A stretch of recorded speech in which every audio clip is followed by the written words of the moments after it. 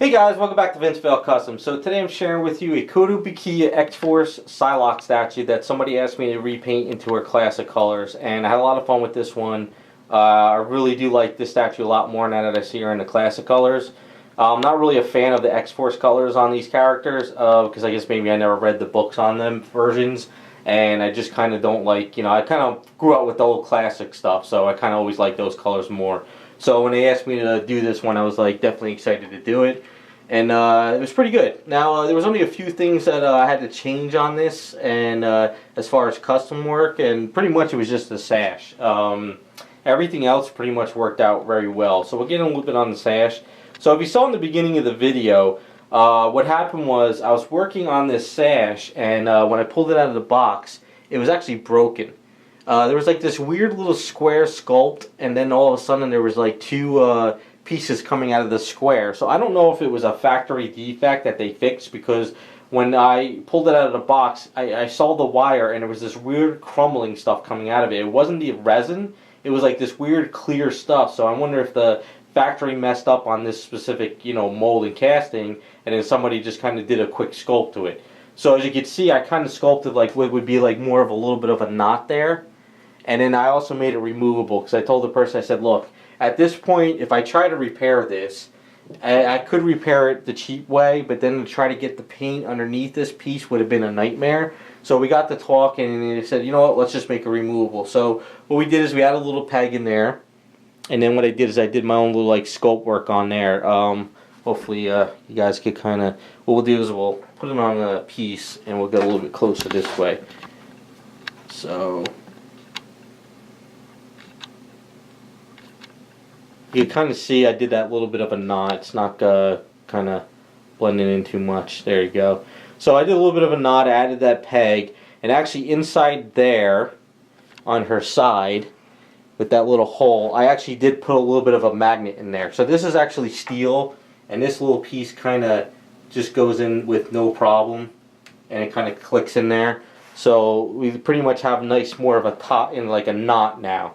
So it looks a little bit better. So like I said, I don't know if it was factory issue or if that was the original sculpt, but at least this one now has like more of a knot now.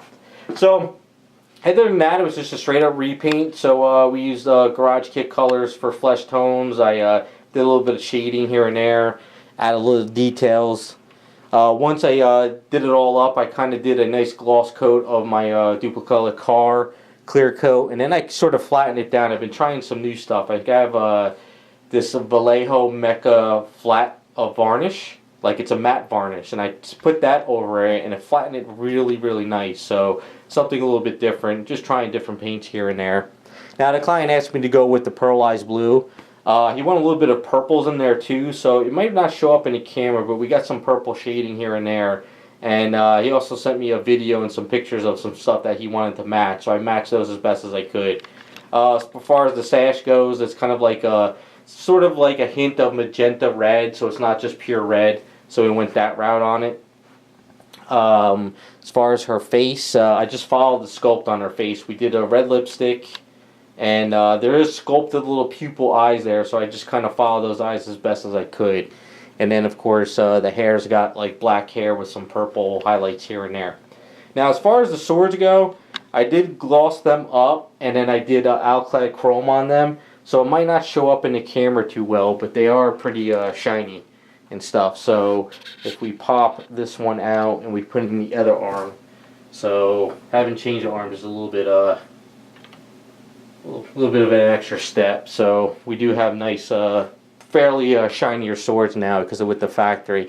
And then I actually did paint the handles a little different too, so I kind of did a little bit more of a brown leather, and then the red in the triangles on the swords. So, and then as far as the base, I just detailed up the base a little bit more. We're getting a little bit closer on that. So I brought out the colors a little bit more, because this is going with the Archangel repaint I just posted before this video. So I brought out these colors a little bit more. I did a little more staining. What the factory did was they kind of painted this, and then they let overspray go into the rocks.